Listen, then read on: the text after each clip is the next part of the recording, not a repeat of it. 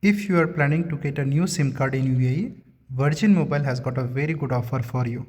Okay, as you can check what Virgin Mobile says, it says get 60 GB free, 10 GB every month for 6 months if you avail a eSIM online, okay, using their official website.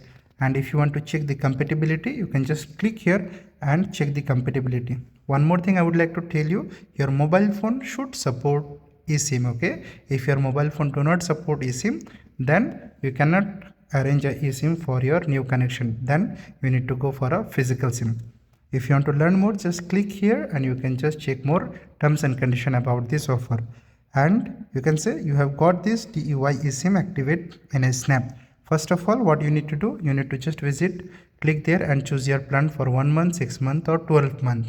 And then using your Emirates ID or using your UAE Pass. If you don't have a UAE Pass, I have created a detailed video on that. You will be finding the link in the I button. You can check it and create your own UAE Pass. Okay, using your UAE Pass or Emirates ID, you can just get your eSIM online with facial recognition.